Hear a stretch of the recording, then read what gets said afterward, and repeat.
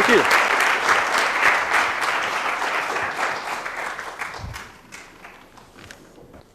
Yeah, I really appreciate this opportunity to go into greater detail, in a sense, about the whole 2012 story. I mean, it's necessary to do kind of a broad outline of the entire 2012 story, and I'll be following the outline that I pursued in writing this book, which came out a year and a half ago. But I'll pause at certain moments in this sort of, great epic story of 2012 to focus on a couple of areas. One of those areas is, as Hugh said, the Tortuguero Monument. And another area would be what the modern Maya themselves today are thinking about 2012, what they're up to, what they preserve. And, it's necessary to, I've kind of felt that, I've been pursuing this for like 25 years, and here's some of my previous books. This was the hardback copy of the 2012 story. This is the paperback. And, I feel like I'm at this point of sort of recapitulation, looking back over the last 25 years, and I feel like I have a certain amount of insight into the various elements of the 2012 story. I've been in the trenches with the professional Maya scholars trying to advance this reconstruction of what the ancient Maya actually believed about 2012. And that's been a fairly disappointing pursuit, I guess I would say. Although recently there's been some advances, and there's some progressive Maya scholars that are contributing great things to understanding the ancient Maya world, especially ancient Maya astronomy. And archaeoastronomy and ancient astronomy, which is so close to megalithomania, is really close to what 2012 is really about. And we have a kind of an advantage, I think, in the effort to reconstruct ancient Maya beliefs. It's a little bit different than what, when we look at the old monuments here, some of which are 3, 4, 5, 6, 7,000 years old. We don't have any druids we can go to. Correct me if I'm wrong, but there are modern druids that are sort of like tuning into the field, in a sense, to revive the ancient druidic practices. But in Mexico, you have living Maya who still count the days according to the 260-day calendar. In many ways, we can consult and question them and look at what they're doing and understand their traditions of cycle endings and ceremonies and what those are about for them. So when you visit the places in Mexico and Central America, you kind of have an advantage because you can go hang out with the Maya and learn from them. And I think there's something very profound about that, not just in terms of sort of tapping into data or asking the right questions and getting information out of them or something like that, but it has more to do with befriending them and spending time with them and working with them and living with them. And in so doing, one comes to one's own consciousness, in a sense, kind of synchronizes with the Maya mind field, you might say. And I do believe that the Maya mind field is kind of something that is larger.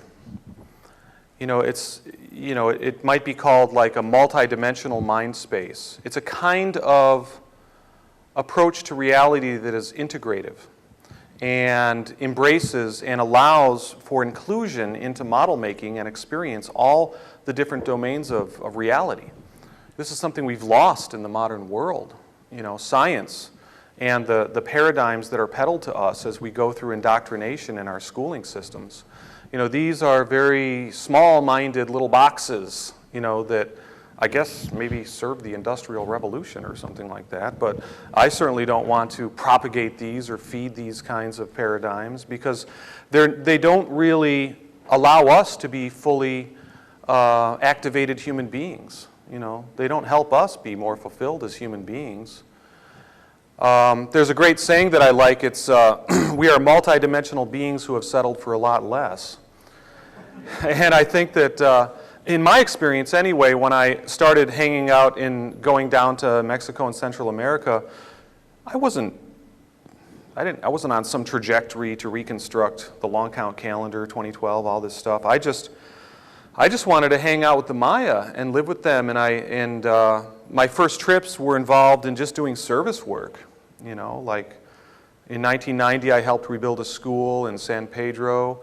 And then I was also involved in sort of the political struggles that you can't ignore if you're traveling around there, the death squads and the atrocious treatment of the Maya that's been going on for 500 years.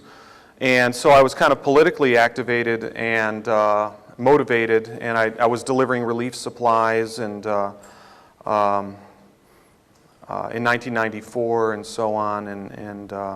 But I did get drawn into pursuing and exploring the more esoteric areas of ancient Maya thought.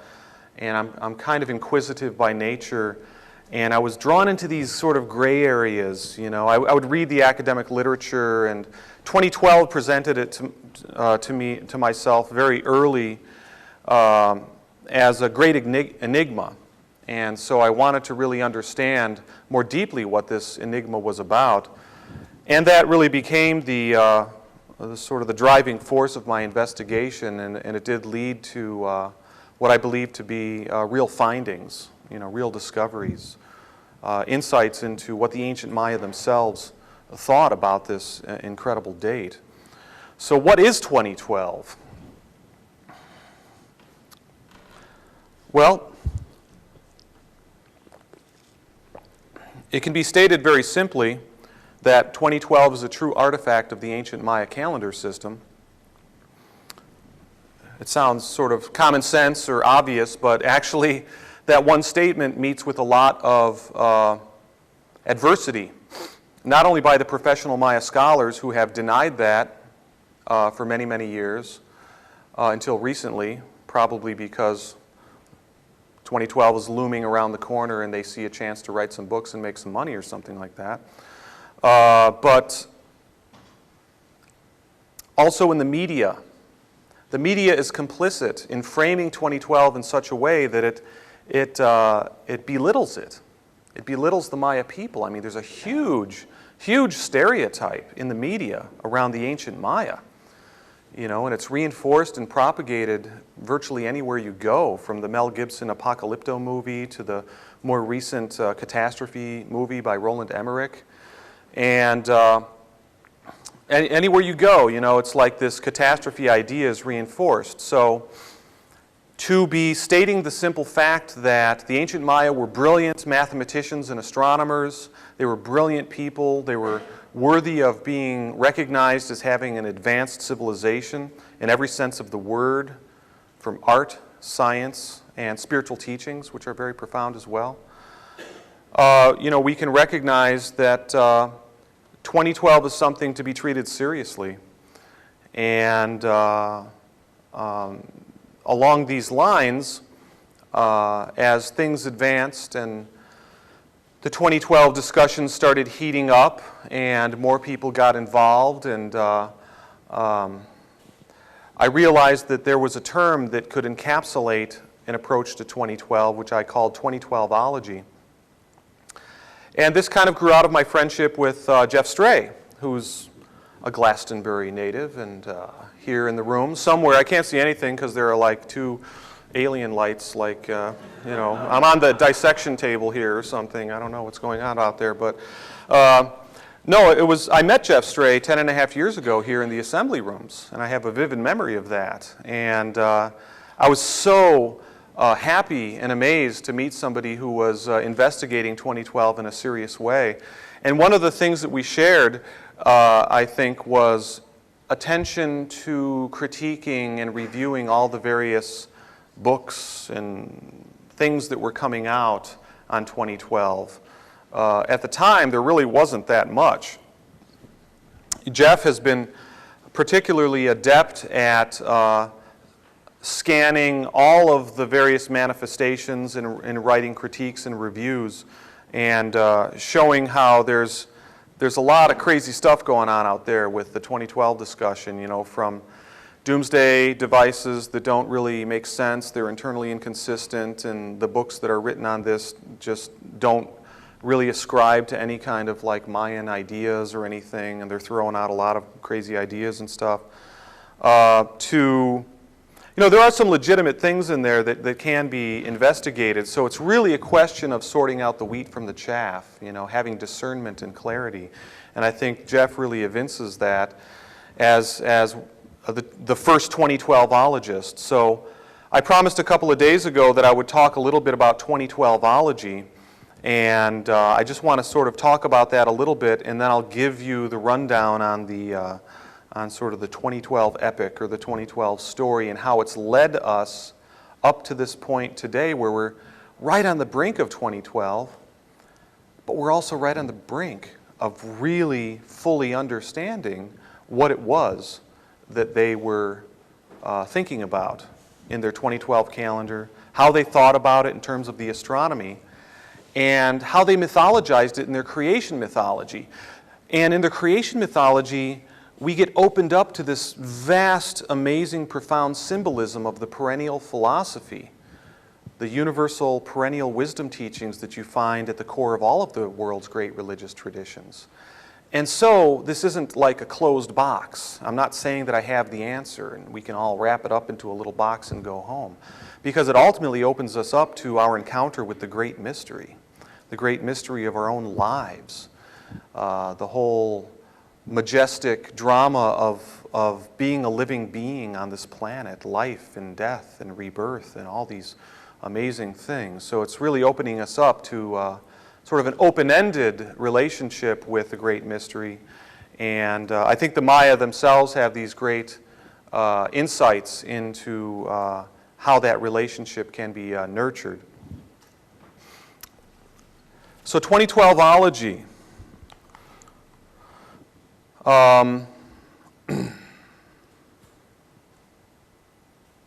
2012ology simply is the study of everything related to 2012.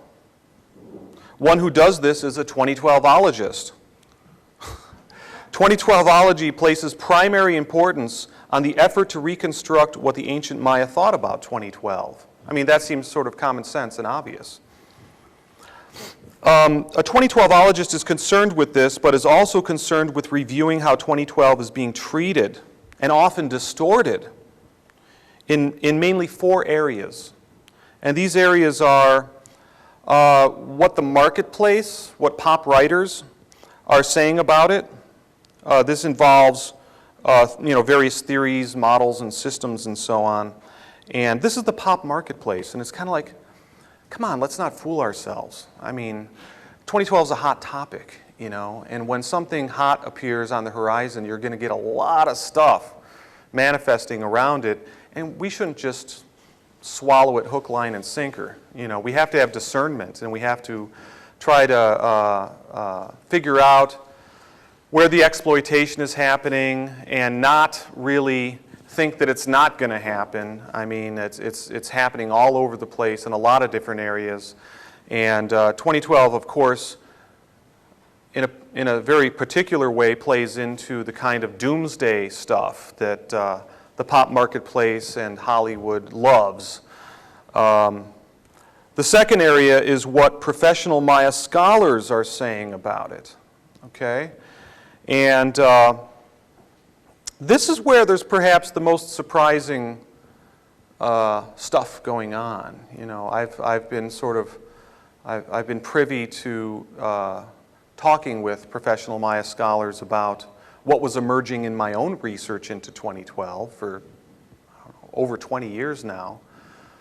And the first thing I noticed as just an independent researcher was that after sort of spending some time looking into the Maya correlation question and understanding how the Maya calendar relates to our own calendar, realizing that the end of the 13 Baktun cycle of the Maya calendar falls on December 21st of 2012. Well, that's a winter solstice. Being sort of scientifically minded, I couldn't help thinking that, this probably indicates that there was some kind of intentionality going on when this calendar was put in place. Otherwise, it would just have to be a wild coincidence. Well, apparently, every single scholar that I talked to and asked about this belongs to a theology called coincidentalism.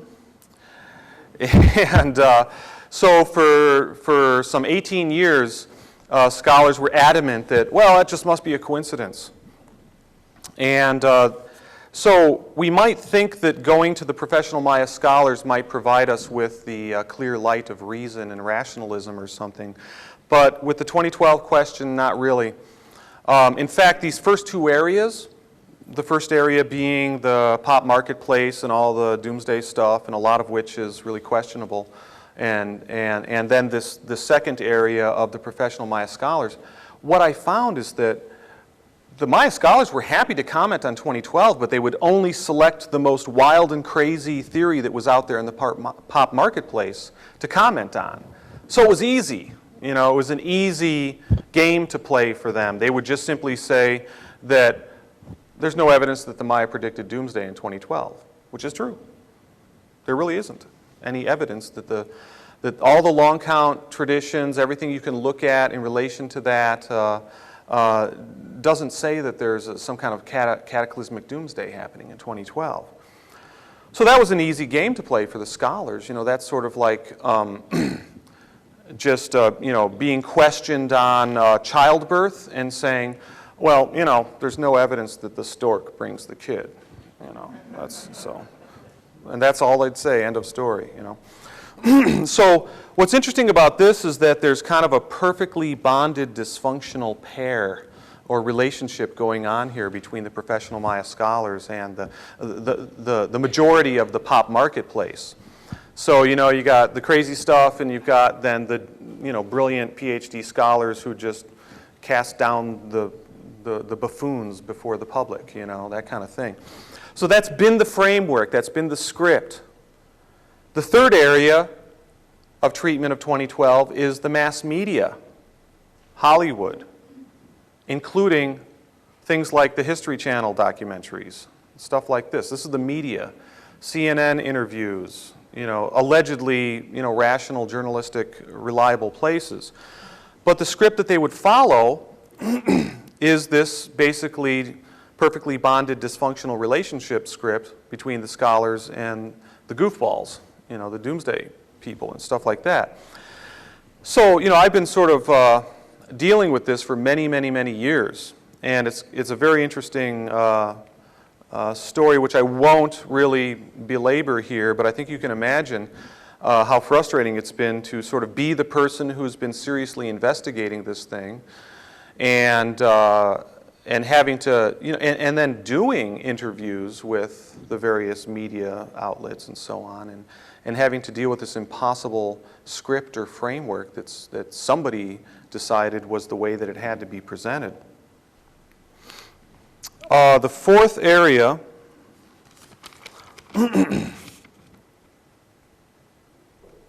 which I really find to be a real important area, although pretty tricky in a certain way, is what the modern Maya themselves are thinking about 2012.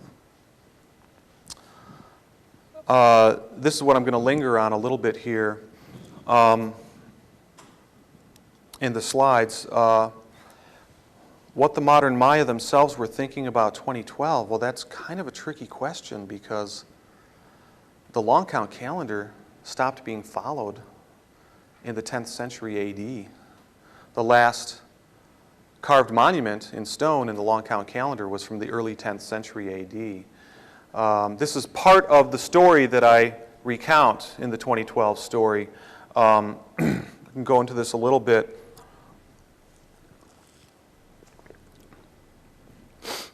It seems like the first dates in the archaeological record dated in the long count calendar come from the 1st century BC.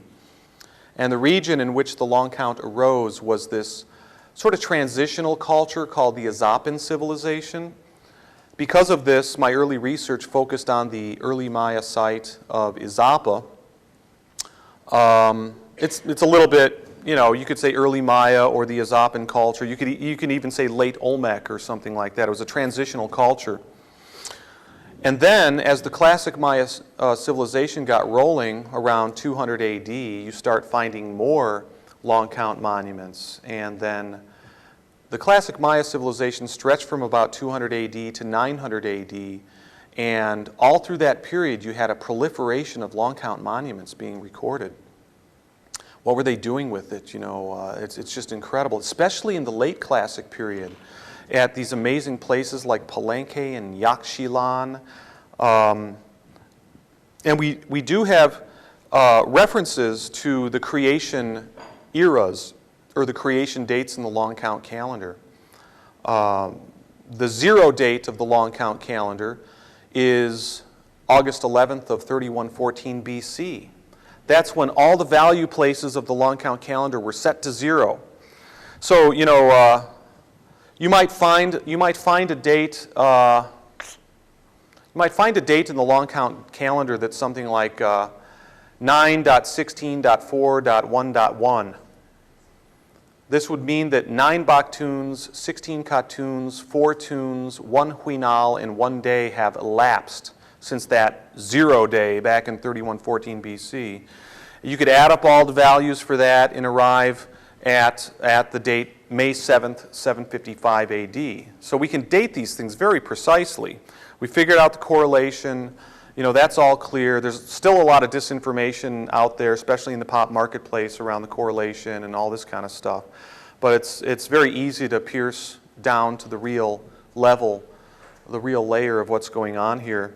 And so the long count calendar also had embedded in it this 0 date. And there are some texts, they're creation texts, from places like Carigua and Copan.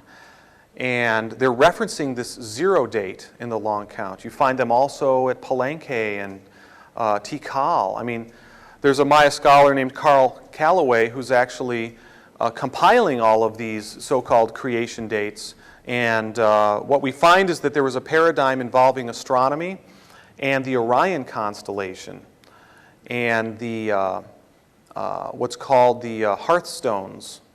There are 3 stars up there in the Orion constellation. 2 of them are in the belt of Orion and one's beneath it. So they form a triangle, and inside of that triangle you have the Orion Nebula. And this was a mythology that was used by the Maya to talk about the creation date. It's like the lighting of the primordial fire of creation.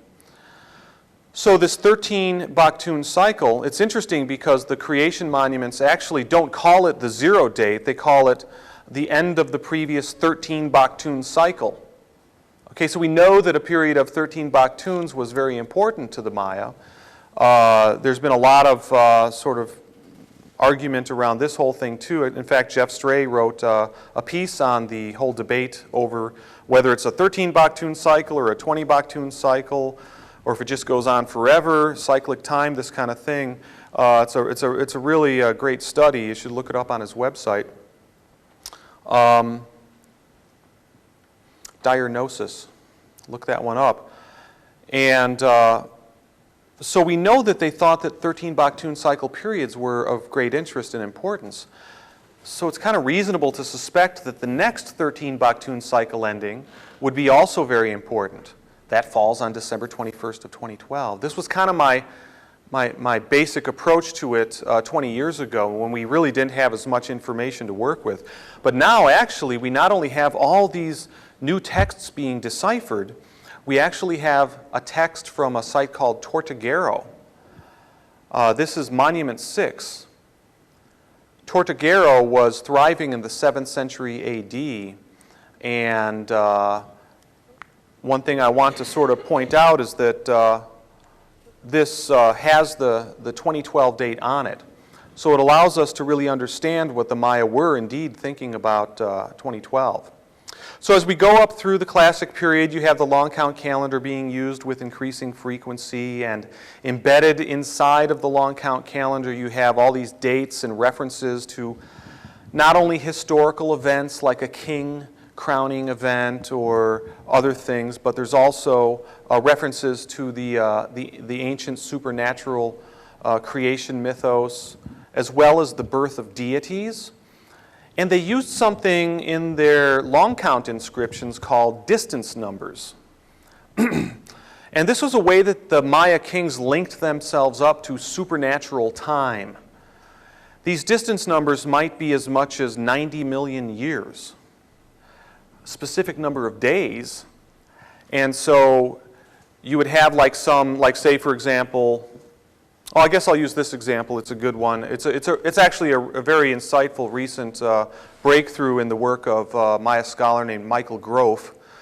And on the tablet of the Temple of the Cross from Palenque, you have the son of Pakal, the great king of Palenque. The son of Pakal, he was called Khan Balam. And when he was 7 years old in 642 AD, he went through his heir designation ritual. This was his preparation for becoming king. And it's dated December 1st, 642 AD. The sort of confirmational precedent for that in the inscription itself involves this distance number that links him back to the birth of a supernatural deity named God One. This God G1, God One, is one of the triad deities in the Palenque pantheon. And his date, the date of his supernatural birth is November 8th of 2360 BC. Okay, that's let's see, that's almost 3,000 years into the past. What's important about this is you can notice that this long period of time indicates an astronomical parallel between the heir designation rite of Khan Balam and the birthday of G1. On both of those days, the sun was positioned at the crossroads of the Milky Way and the ecliptic, right near the dark rift in the Milky Way. This is really, really a key to understanding something very essential about Maya astronomy.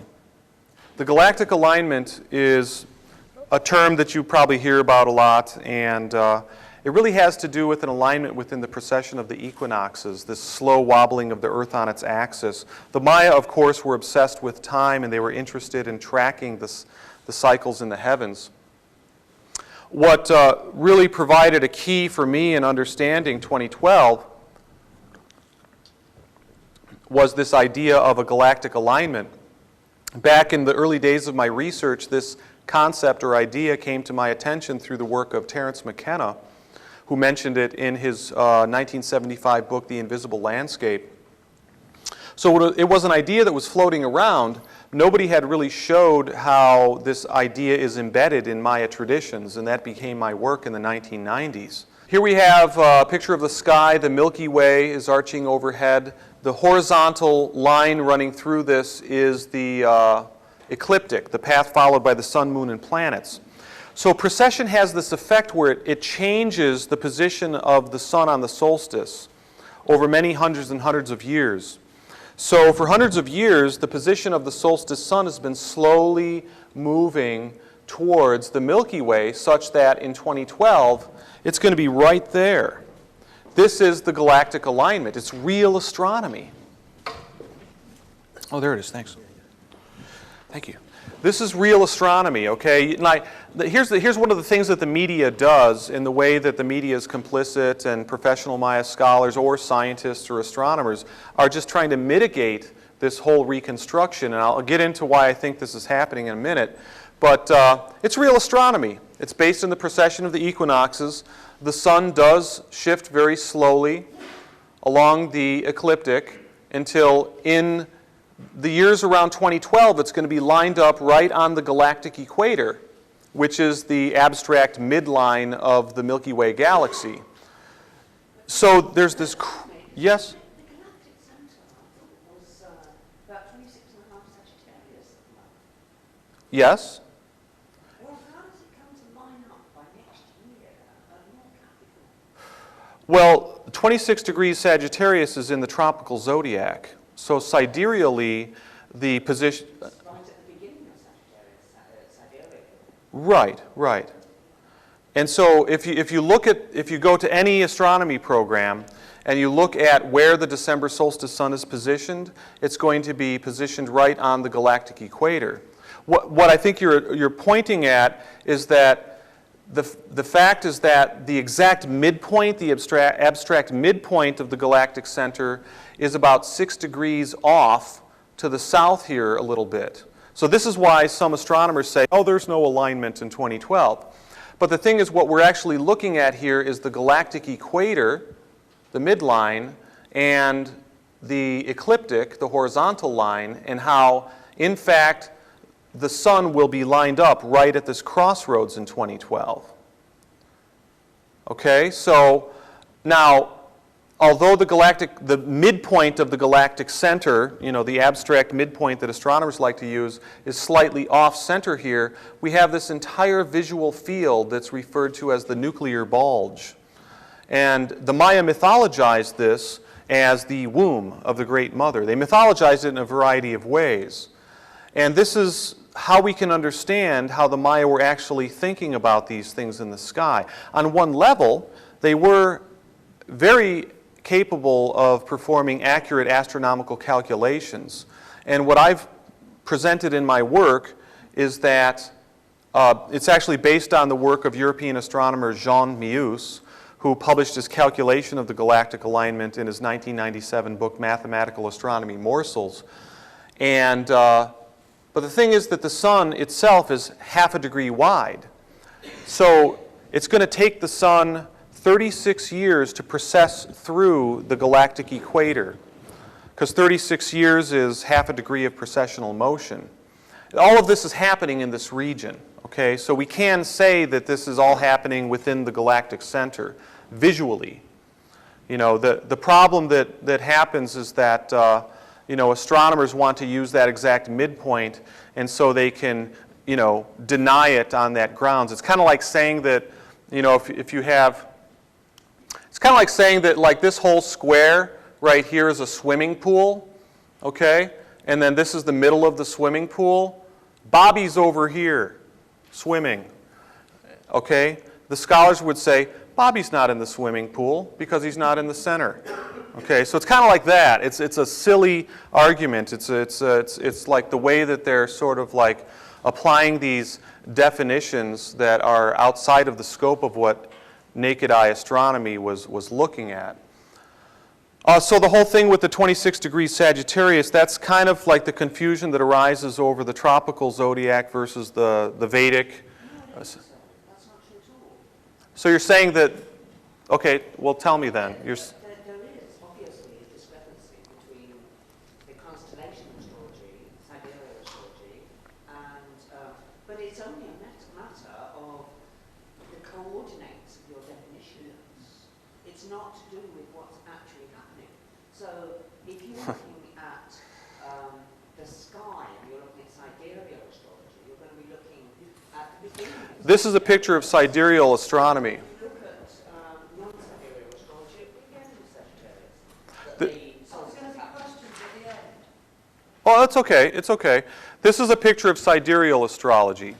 So we have the constellation of Scorpio over here, not the sign of Scorpio, but the constellation of Scorpio over here with its little hooked tail coming over here. Ophiuchus is over here, of course.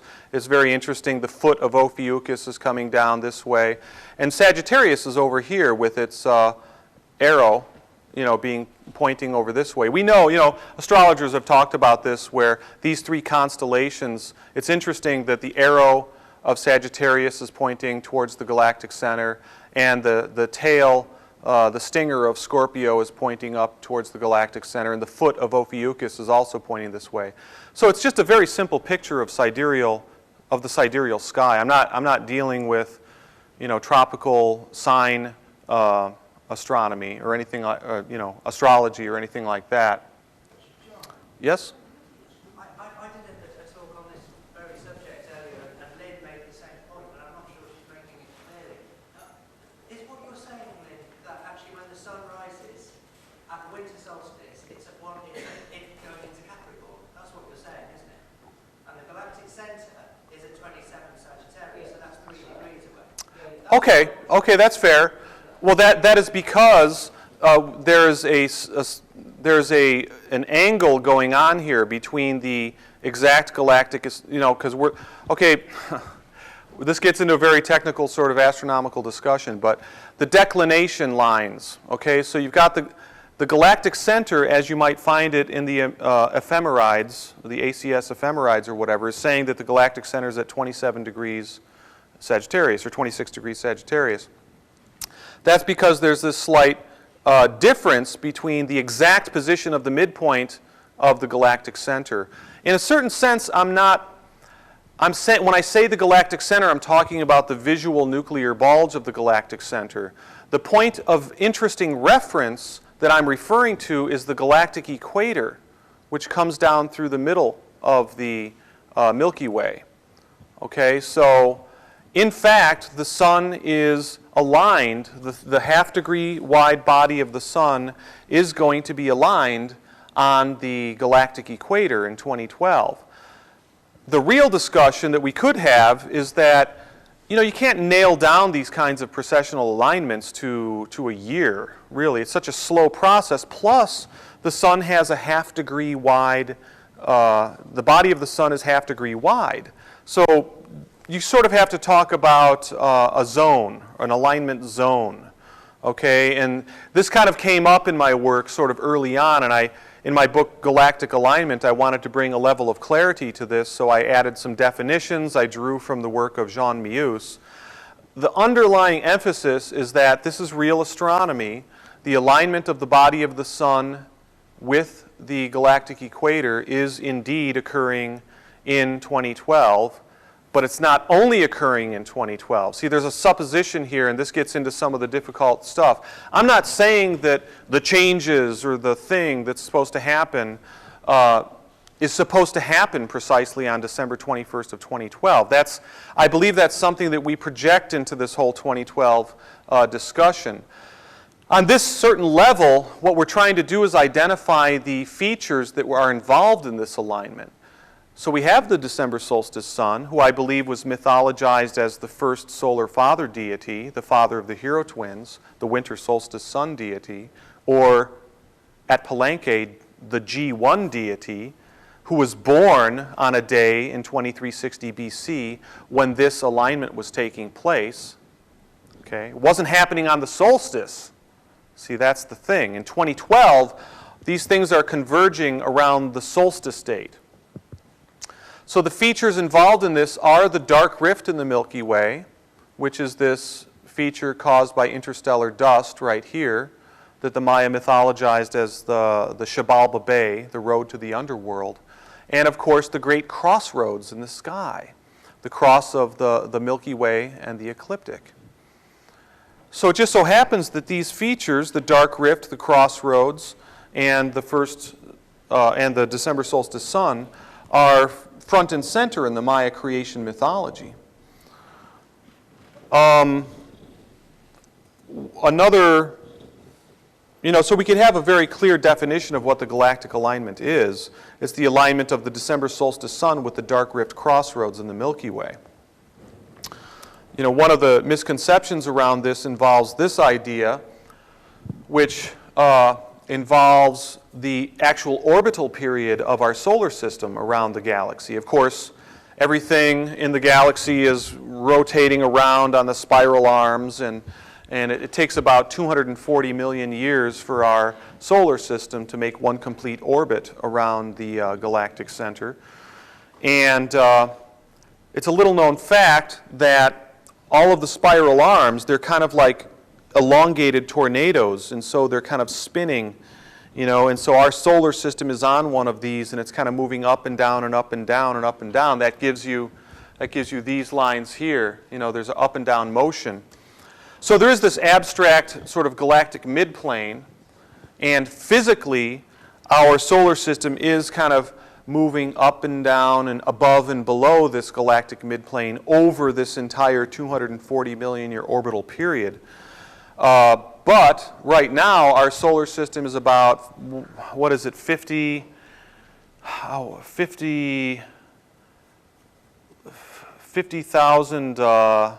light years, not light years, it would be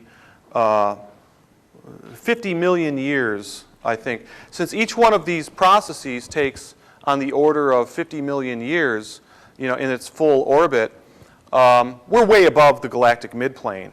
In other words, to make a long story short, this has nothing to do with the precessional alignment that is culminating in the years around 2012. But it's understandable to see how it gets conflated with the galactic alignment. So the key to my work has really been in showing how these concepts are embedded into Maya traditions. And one way that I did that was to look at the early Maya site of Izapa, which Michael Coe credits with formulating this long count calendar. So you have a monument such as this from Izapa, and this is just a kind of a brief example. But here we have the first father solar deity, and he's got his arms outstretched, so it's kind of like a period-ending measurement. And you've got the sun rays coming up behind him, so it's kind of like this, the sun is being born. In fact, this monument faces the December solstice sunrise horizon, so it's understandable that this is the December solstice sun deity, the father of the hero twins. But he's positioned inside of this frog on the vertical axis. He's in the mouth of the frog. Well, the dark rift in the Milky Way has many different mythological identifications. It could be the birthplace of the cosmic mother. It could be the goal ring in the ball game. It could be the maw of the cosmic monster, whether it's a frog or crocodile or serpent. So this is a picture of the dark rift in the Milky Way, and the December solstice sun is positioned right in it. This is one reason to suspect that Izapa was actually grappling with this future alignment that occurs on December 21st of 2012. And it's an indication that they were grappling with that astronomy and incorporating it into this profound cosmology.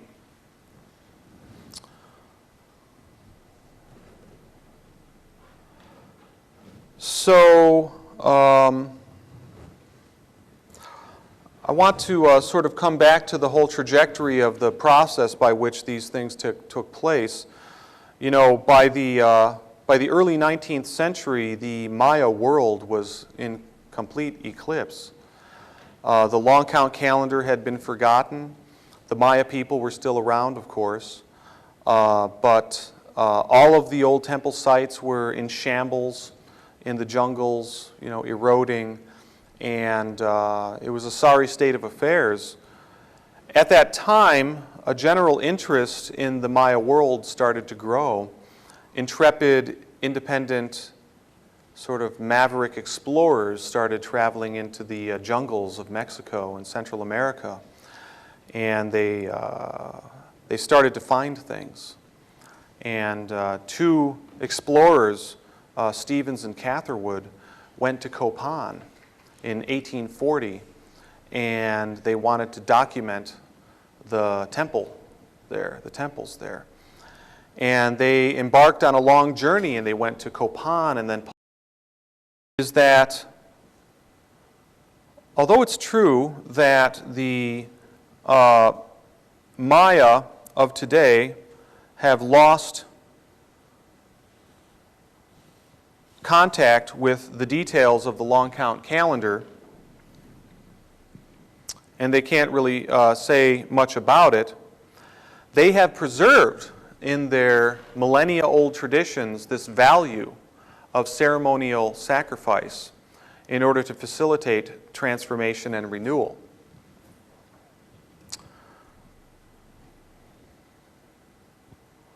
So I want to share with you, let's see here. There it is. I want to share with you the results of about 15 years of effort to open up the ceremonial site of Izapa so that ceremony could be done by the modern Maya at Izapa. Izapa is in Mexico. It's in southern Mexico, and unfortunately the Mexican government does not allow the Maya people to come into the sites to perform rituals. In Guatemala, the situation's different, and they have a more, strangely enough, they have a more egalitarian approach to the Maya, and they actually provide altars at places like Iximche, Takalik Aba, Tikal, so that the Maya can come in and perform ceremonies at their ancestral shrines. That's really cool. Izapa is a very important place, of course, in the 2012 discussion because, at least as I've reconstructed it, it is sort of like the origin place of this 2012 cosmology and calendar system and the creation mythology. I mean, those carved monuments I was showing you, they are some of the earliest depictions of the hero twin creation mythology. So it's really kind of like a central origin place for the Maya people. In fact, many of these are Quiche Maya people. These are the Quiche Maya daykeepers and spiritual guides, the Aki that we brought with us to go around to the various Maya sites and perform rituals. So this happened last year. It was the Mission Izapa tour, and we were very lucky to have with us all of these amazing people led by Rigoberto Itzep Chanchavac. And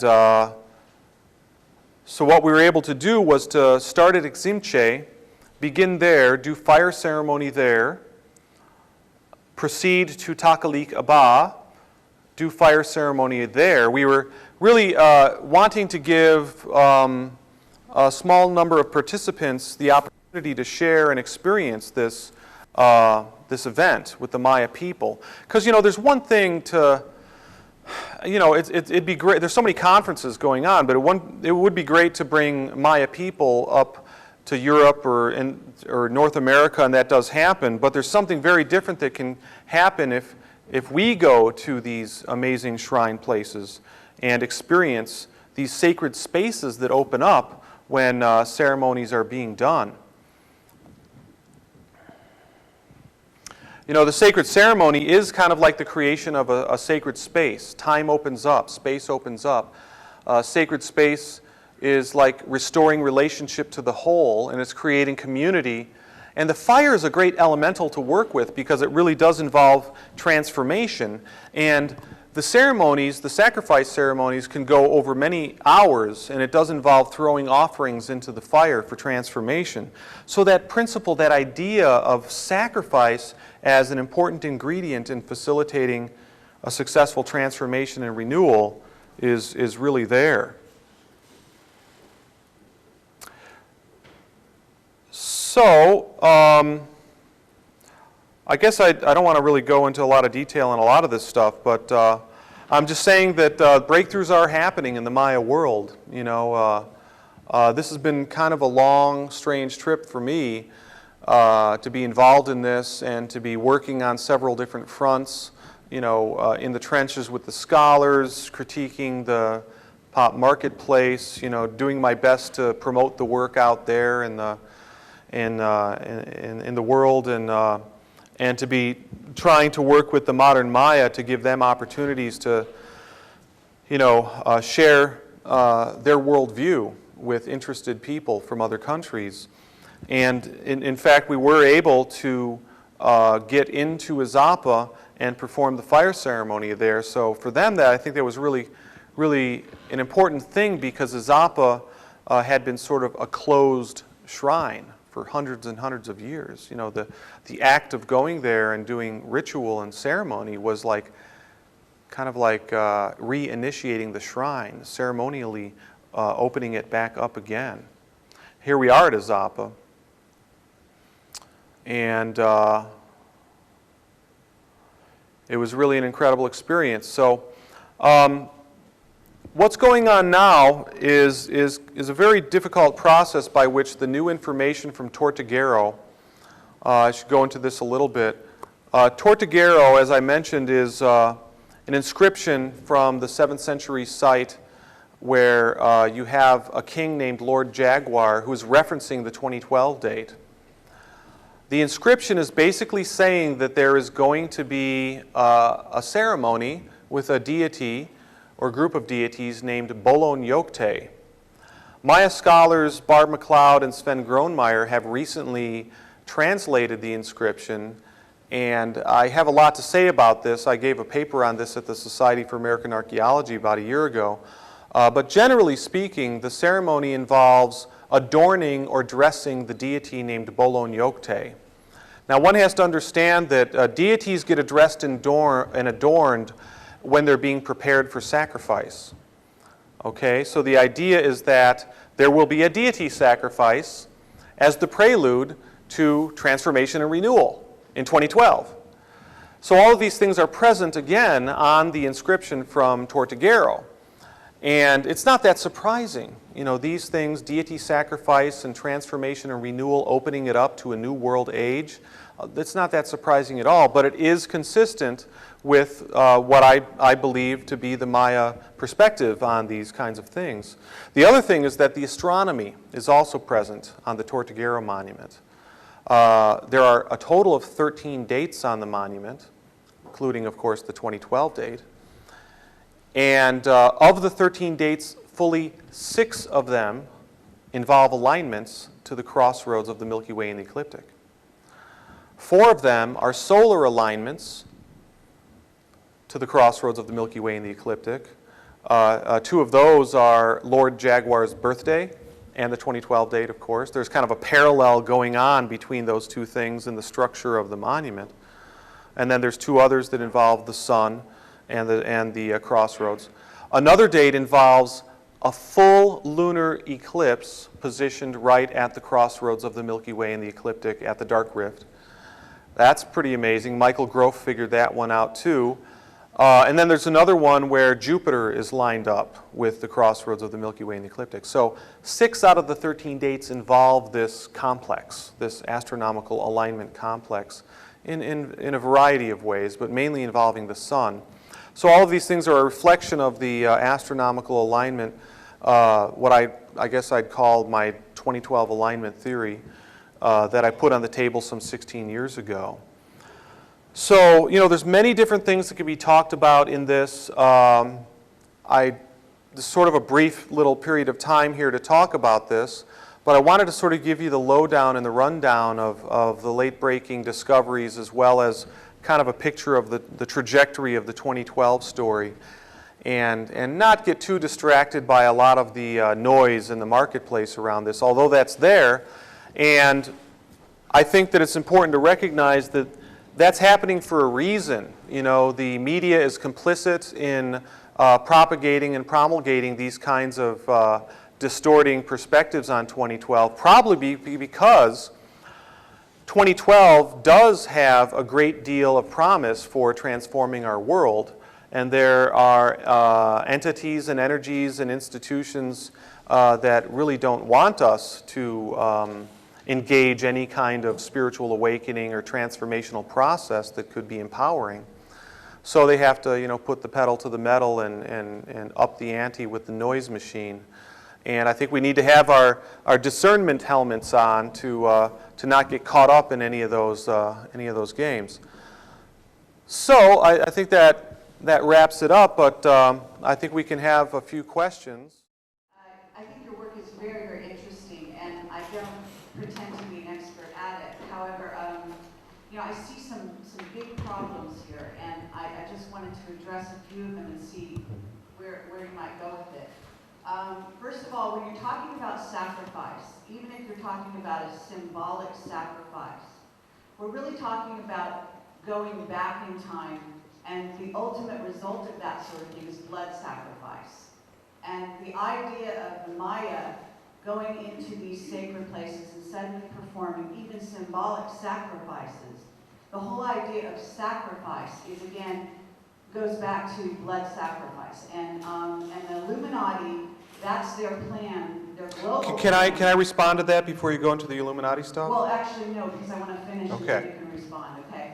All right. Because there's a reason for me putting, there's a parallel here. In other words, if we accept that the indigenous peoples going back and suddenly being allowed to do rituals with sacrifice, and in fact, the Maya do have, there is evidence of blood sacrifice, graves having been dug up and so on and so forth. But the Illuminati, this is a method that they use, and in fact, they target some of the earthquakes that have happened, even very likely Japan, Haiti. What we have is a natural event that's being heightened as a ritualistic occurrence by the Illuminati, by the black secret government forces. And what they do is they target an area, they want a lot of people to die, and that is in essence a blood sacrifice. Okay, and they are offering it to a god, someone that they worship, a so-called god, or you could call it, Satan or whoever. And so this sort of thing is actually what we want to get away from on this planet. Okay, and so I think even the Mayan people are being deceived into thinking that this old ritual is going to solve something in our future. That's one thing. And the other thing. Wait. Let's take these one at a time, because I'm not going to be able to respond to all of them as a sequence. Absolutely. I want his reaction for sure. Oh, sure, yeah. Well, first of all, it's very true that there's great tsunamis of misunderstanding around the idea of sacrifice. I do not think that blood sacrifice is the ultimate sacrifice. I think that many things have been hijacked by forces of limitation and control, such as, I guess, the Illuminati. But what I'm trying to do is to peel back the layers back to the original tradition, and it is very true that sacrifice is a very important doctrine and ceremonial practice to the Maya people. They're not being deceived by any outside agency in order to continue their ceremonies and sacrifice rituals. I think what the problem is that we confuse the outer literal manifestation, which is really a degenerate state of the sacrifice ritual, with the original inner intention of what that's about. I know that sacrifice is a hot button word. I mean, we could also think of it as surrender. Thank you very much for your work. I did have a question which was related to how you understood the jaguar as their deity in a shamanic sense, in the sense that we're talking about a deeply shamanic civilization, rather like the ancient Egyptians were. And in some respects that's been answered. I just would like to tell you about something that happens here and has happened now every year since 2006. And we dance in this room on December 19th, actually. And over here we have an altar to Shiva Nataraj. And in that area there we have an altar to the black jaguar. And we gather all of the shamanic dancers in this land. Many of them have training in Native American culture and Celtic, Neo-Druid, as near as you can get to a shamanic dancer in this land. And a lot of these people work very hard on getting into a better state of consciousness, a more indigenous state of consciousness. And so for us, this is our sacred site. 200 yards away, we have Arthur's tomb, we have all the sites, and we will walk those sites over a 24-hour period, and then we will dance here. And so I want you to know that, because there's no limitation on us. We are not affected by black helicopters or mobile phone lines or the Illuminati, and believe me, I do know they exist. I have a past where I've worked against what they're doing. But now we're actually moving towards 2012, and we have since 6 years. We're going into our 7th year of dance.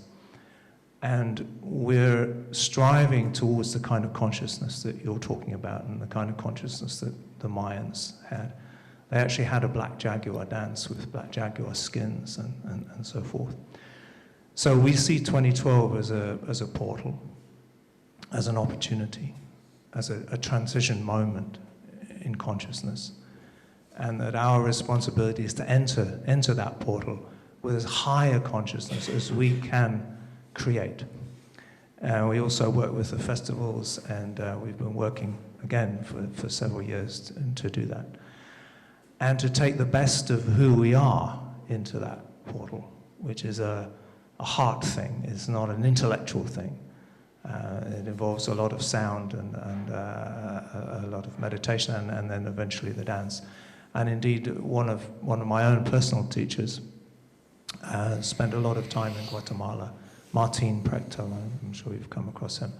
And he's taught us a lot about how to make ceremony, and so we use a lot of his techniques in the work that we do. So it's quiet, and we don't put it out, it's word of mouth, we don't advertise, but it happens. And that also, your work, particularly Galactic Alignment, confirmed something about that time. And I thought, oh, it's real. There's an astronomical reality to it. And that astronomical reality is also an astrological, in the sense that when you get a conjunction in this type, the sun with the galactic center, it's the end of an old cycle, beginning of a new cycle, rather like the moon and the sun conjunct. And so, turning into a speech. okay, I just wanted you to That's wonderful. to know, Absolutely, yeah. to know that that's what we're doing here, and Right. and how much. Yeah, appreciate your that's work. absolutely wonderful.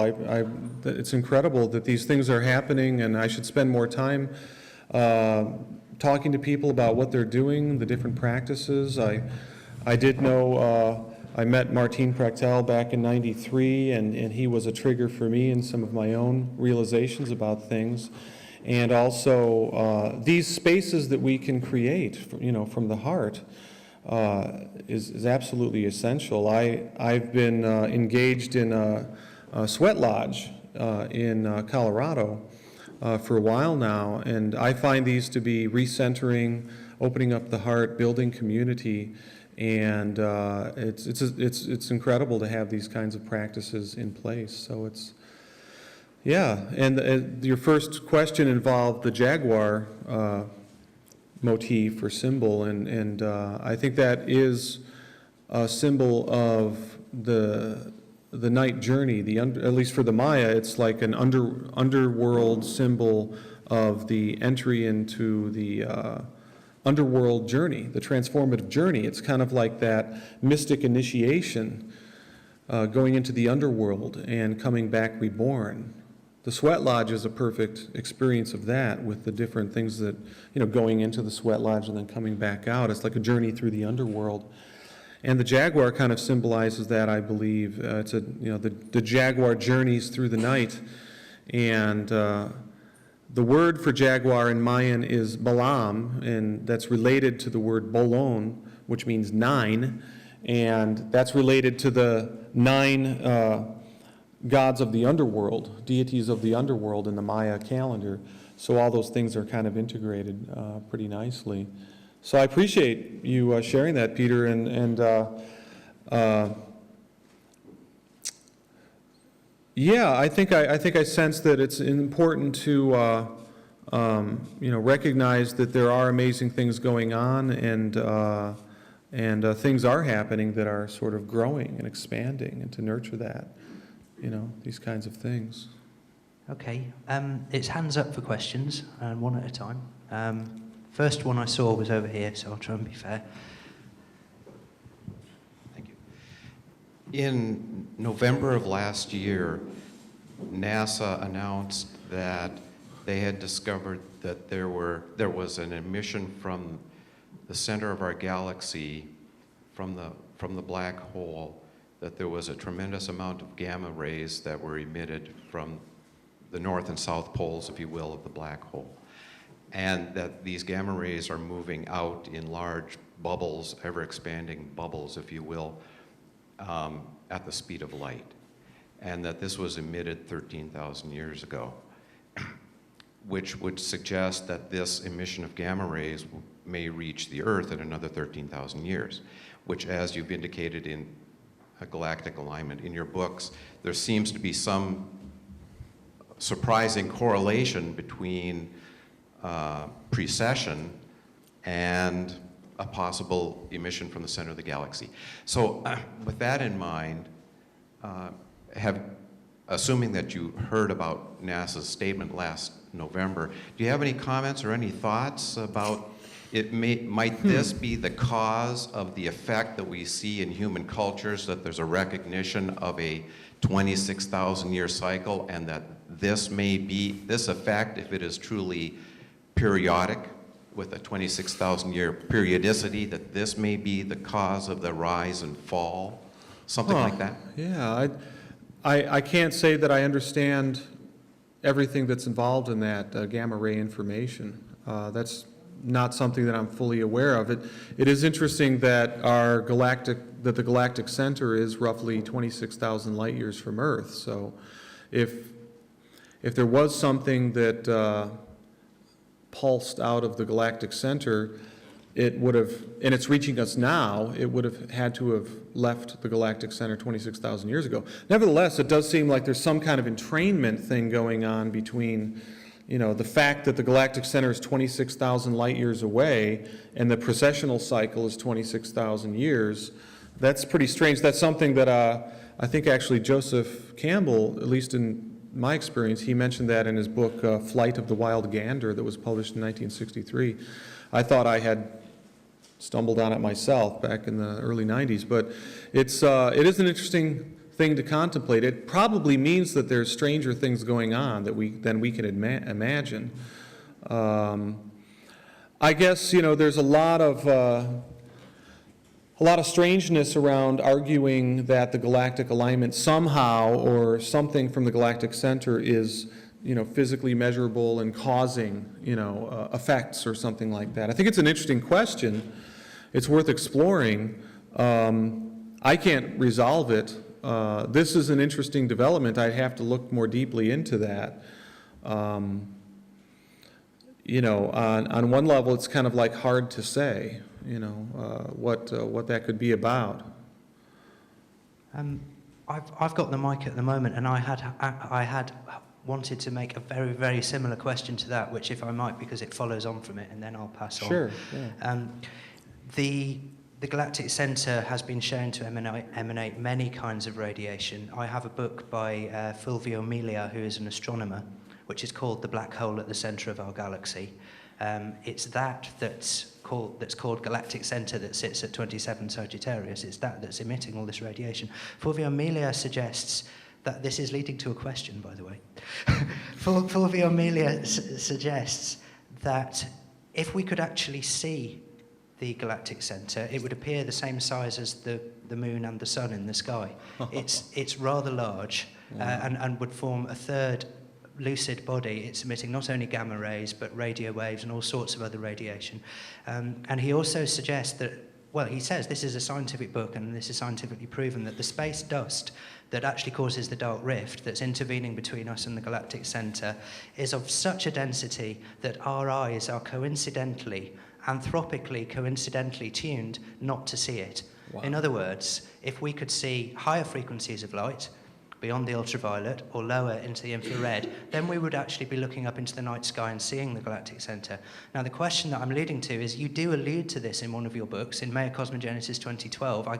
I've penciled out one of my favorite sections, which is where you suggest that under the influence of indigenous psychotropic plants, that the Mayans might have looked up into the sky and seen more than just a dark rift, and actually seen something glowing up there. Now, you don't state it very explicitly in your book, perhaps because you want to be taken seriously, but I'd like to say to you that you're here amongst friends in Glastonbury, and I'd like to ask you whether you think yourself that the Galactic Center might be actually visible under certain shamanic circumstances, and whether you've heard of or had any evidence while in South America from shamans that they've actually seen the thing with their own eyes under certain altered states.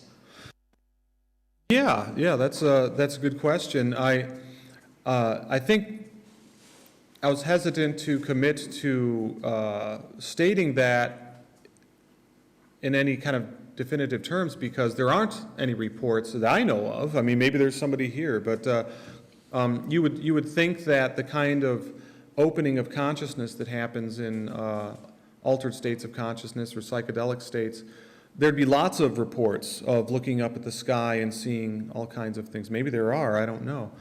it would sort of make sense, because the galactic center is this kind of energetically dense place. It's just operating on frequency levels that we're not, as you said, we're not normally attuned to, or our physical eyes can't really pierce. So I guess on another level, that's probably equally important is the sense that that spot is important, the sense that that place in the sky is significant. That's a possible sort of intuitive sense that doesn't necessarily require seeing it, whether it's in an altered state or in some kind of normal state. And I think the Maya did have that sense about that part of the sky. That was true to what it is. I mean, it's kind of like it's the grand center of our galaxy. So it's very interesting what you pointed out about it, the black hole being the same size relative, as I assume it'd be relative to where we are here and how we would theoretically perceive it. He uses the words about the same size as the sun or moon in the sky, but that made me very excited when I read it, because this is a professional physicist saying this. That's pretty interesting, though, from what John Martineau was saying about the sun and the moon, and I had maybe something else to contribute to that too. Is I think the fact that the sun and the moon are the same apparent sizes in the sky is very, very significant. And it should lead to a cosmology in which the male and the female principles are exactly equal. But what happened with the rise of science in the 16th and 17th centuries, science began to calculate and limit itself to the simple, like these abstract physical measurements, and came up with this idea that, the sun is, physically speaking, many, many hundreds of times larger than the moon. And strangely, that's exactly when the acceleration of the denigration of the female principle, really got underway. I mean, it's been going on for millennia, but I thought that was kind of interesting that science could insert this sort of abstract perspective, and it would have this kind of sociological effect. But I don't know, maybe I was just dreaming. But all that stuff is really, really interesting. The distance, yes, it would have to do. So one could look at the distances. I mean, about the sun and the moon? Yeah, and now the black hole too, I guess. Well, these are the three main orientational centers. I mean, lunar center, solar center, galactic center. We did a talk here on the Galactic Center not long ago, and we had an amateur astronomer in the room, and he did say that actually the moon's size relative to the sun does fluctuate to around 80% to 100% the same size. It can, It does, yeah. It's not exactly the same. It happens to be at the moment, and I think John Martineau said that as well. So perhaps it's now, at this time, that we're lucky enough to be able to see them the same size. They're roughly the same size, generally. Yeah, it does move in and out. We just had a big one a couple of months ago, right? It was because it was closer to the Earth, the full moon. Should we take any more questions? I saw you first. I've been told that Howard has a question, but he's keeping his hand down. So.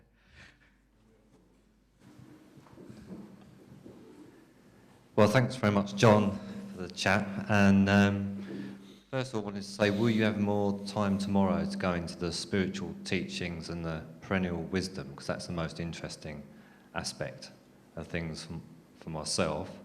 So I'd like to try and understand the Mayan point of view compared to other cultures around the world and integrate that into my own research. And is there some kind of rough structure, or what we would call categories, of their spiritual teachings that you could just quickly give me an overview on? Well, from the Maya, yeah. Well, again, one of the, to boil it down to a simple sort of framework, it does have to do with transformation and renewal. I guess another way of thinking about this is awakening. Terminology is kind of important, I think. There's a lot of talk about, the evolution of consciousness or something like that. But when we think of our journey to being back in contact with the eternal, infinite ground of all manifestation, and that is kind of like the true origin and destination of us, or mind or soul or consciousness. We don't evolve towards that, we can awaken back to it. I mean, again, these cycles that humanity experiences over vast periods of time, I think is best thought of as more like an awakening and a forgetting. And it's okay, to have periods of forgetting and periods of awakening. I think that 2012 sort of signals a reconnection with what I have usually termed the cosmic source, that sort of connects it with the galactic alignment and the galactic center and all that.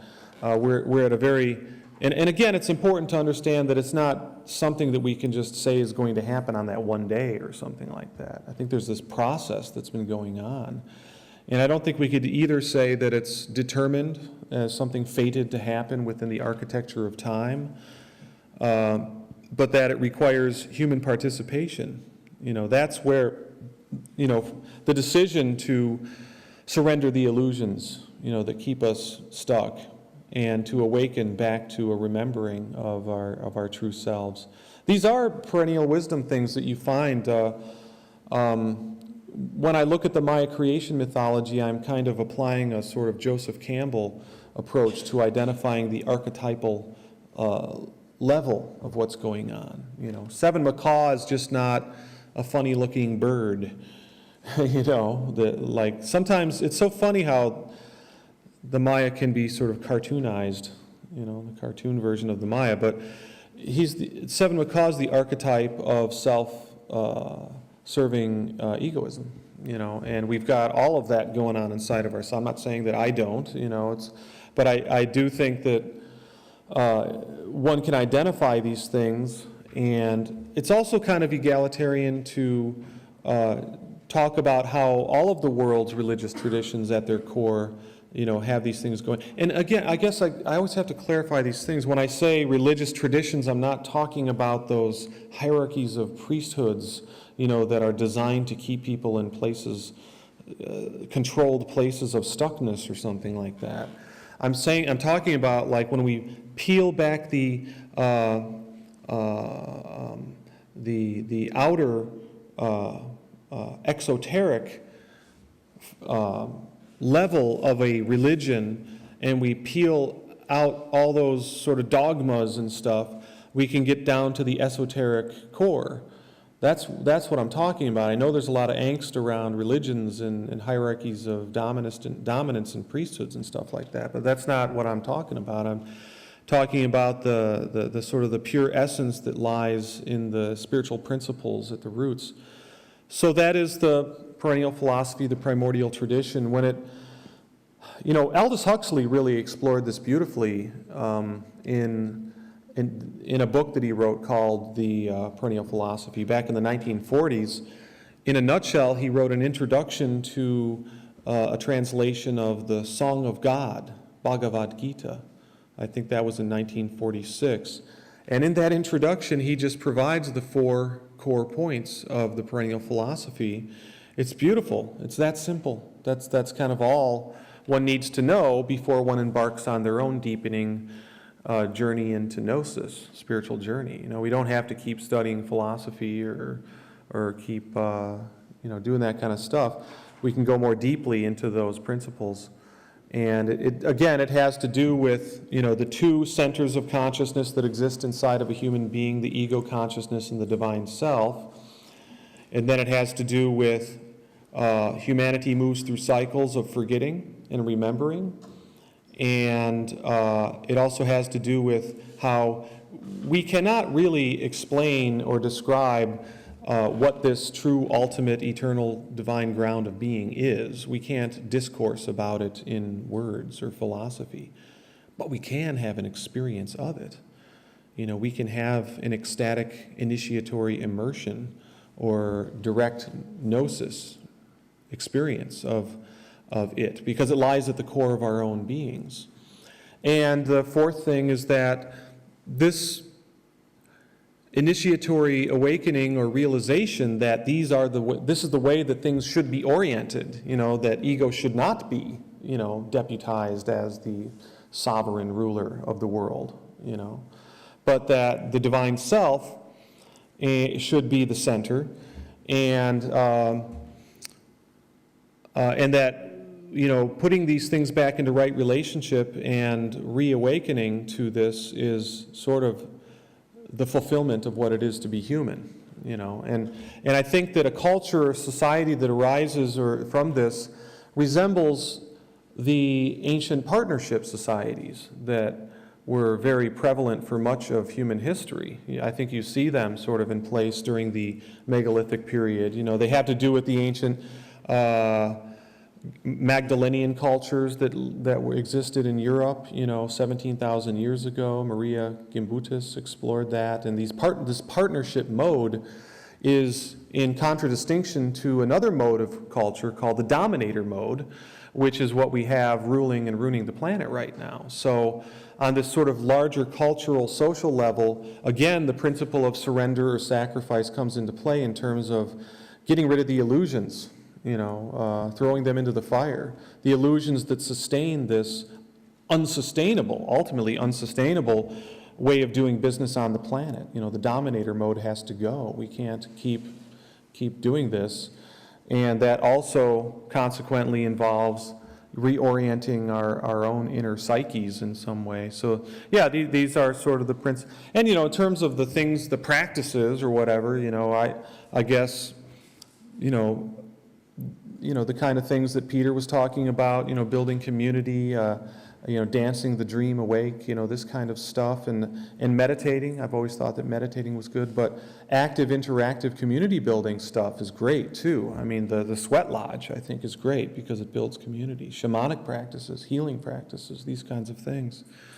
And these in their own various ways are all part of I think the perennial philosophy, wisdom teachings, you know, it's the yoga of keeping that connection with the divine intact, you know, so.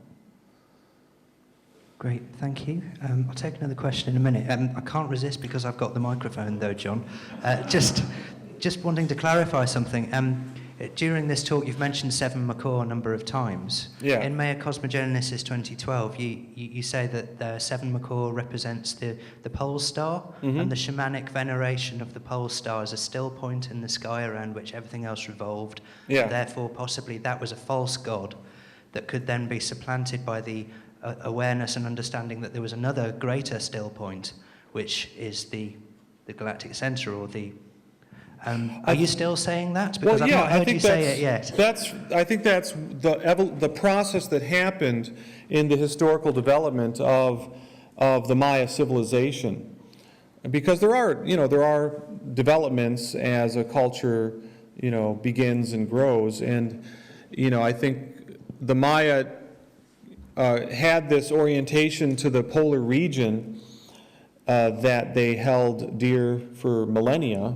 I think generally speaking, one could talk about how the Maya came down from more northerly latitudes, and you know, going back 10,000 years or something, and how they carried with them this veneration for the polar god that is more prevalent at the northern latitudes, where the sky circles around the pole star kind of like a spinning merry-go-round, like the Siberian shamanism. But when you get down into the tropics, the pole star goes very low on the horizon, so the sky is more like a spinning barrel. So I'm speaking kind of specifically from the vantage point of the Maya in terms of how they ended up then at Azapa, deciding that the polar deity, Seven Macaw, was a false deity. And then that sort of like played into the creation of their creation mythology and the role that Seven Macaw played. Because the Maya were attuned to different cosmic centers, the polar center, the galactic center, and the zenith center, which is specific to the tropical latitudes. The sun can move through the zenith in the tropical latitudes. And so, yeah, I'd continue saying that. You know, I think that's an important sort of dynamic. One thing about that is that what's clear is that in the 1st century BC at Azapa, the Maya decided that there was this larger cosmological framework. You know, they kind of like went from this polar orientation, which in some sense is really kind of a geocentric model, because the polar region is really the pole of the Earth projected onto the celestial sphere. So they had like a geocentric cosmology, similar to how we had a geocentric cosmology up until the time of Copernicus. Copernicus then introduced the heliocentric model.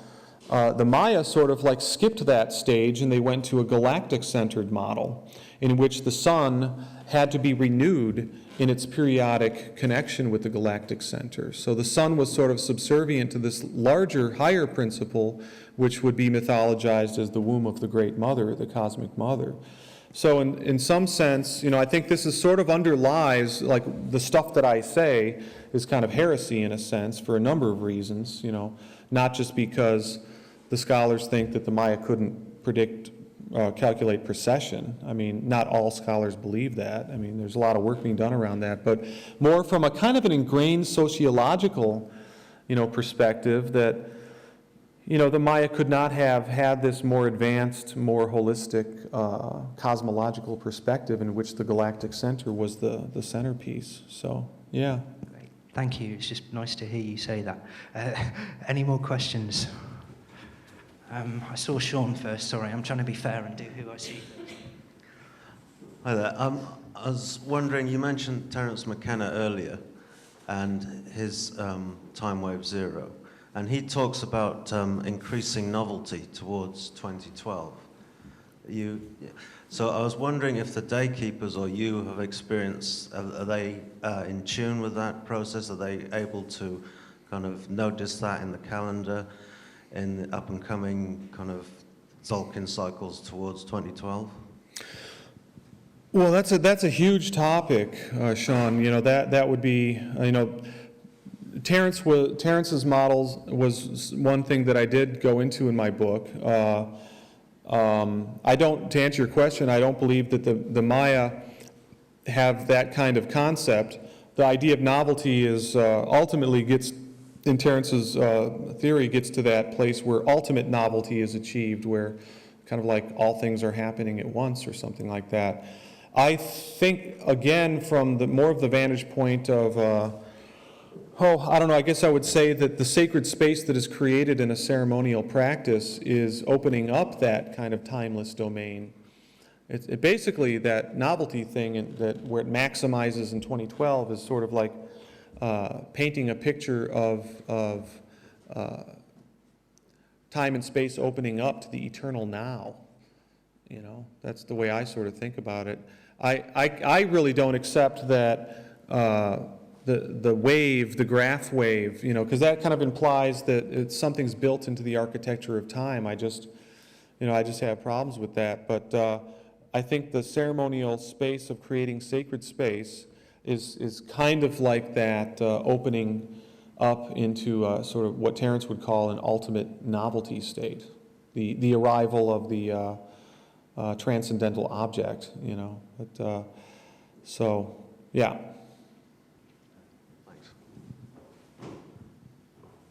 Anyone else? Oh, you. Thanks for your insight, John.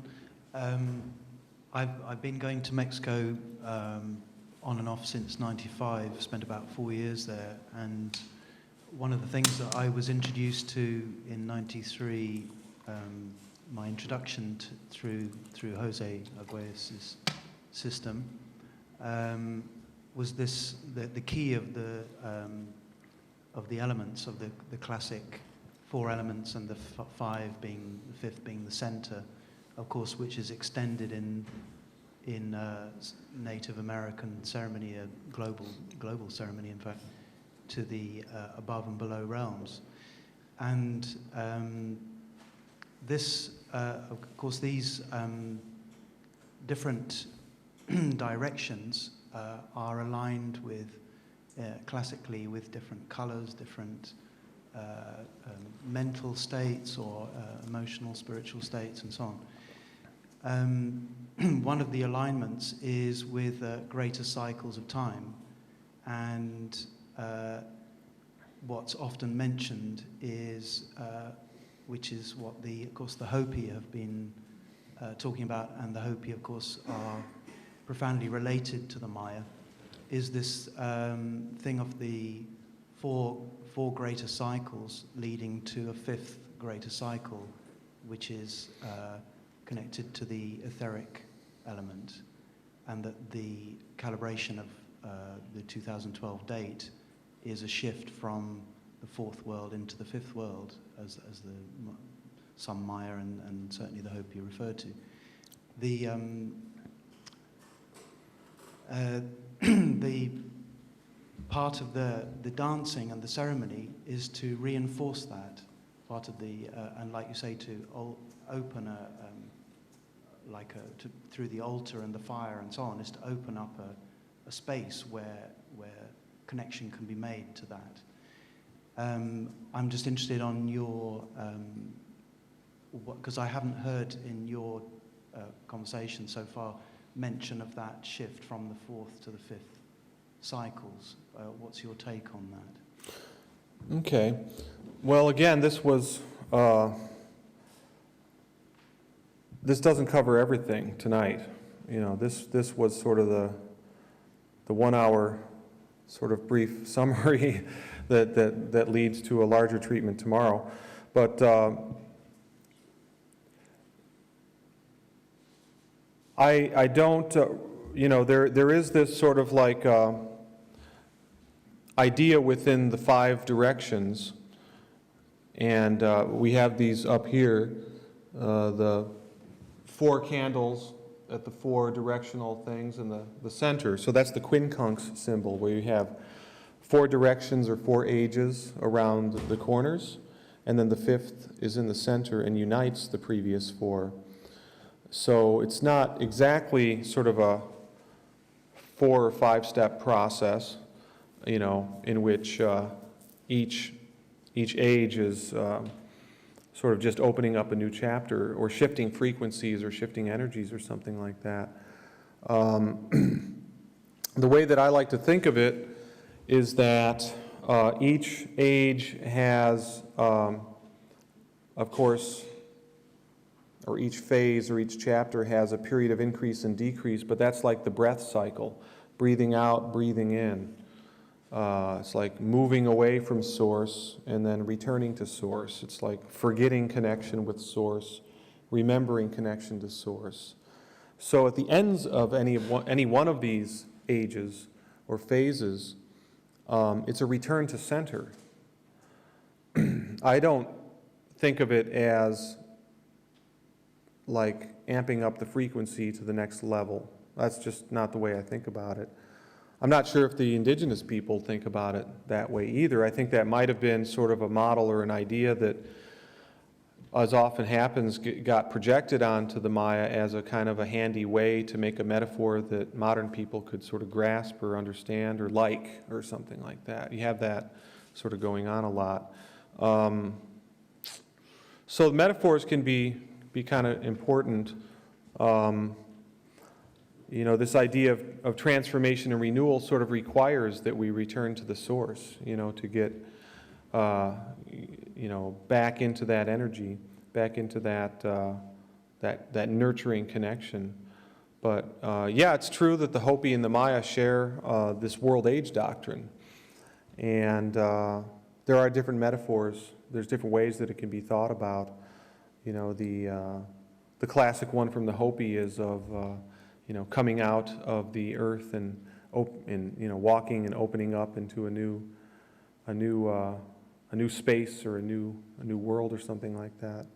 So yeah, they all sort of work on their own level of metaphor making, but I think the 5 is important because you know, ultimately the 5 world ages in the Maya calendar system, each one is a 13 Baktun cycle. So that's 5,125 years, and 5 of those equal the full 26,000-year cycle of precession. So that's kind of, I think, the ultimate cycle that we're working with. And I think one of the unrecognized anchor points of this, I mean, it's unrecognized in the sense that you don't see it explicitly in, say, the Western astrological doctrine of the 12 zodiacal signs. Is the idea of the galactic alignment, the fact of the galactic alignment. And there's a lot of neat things, you know, connected to that we are sort of living in this transitional period.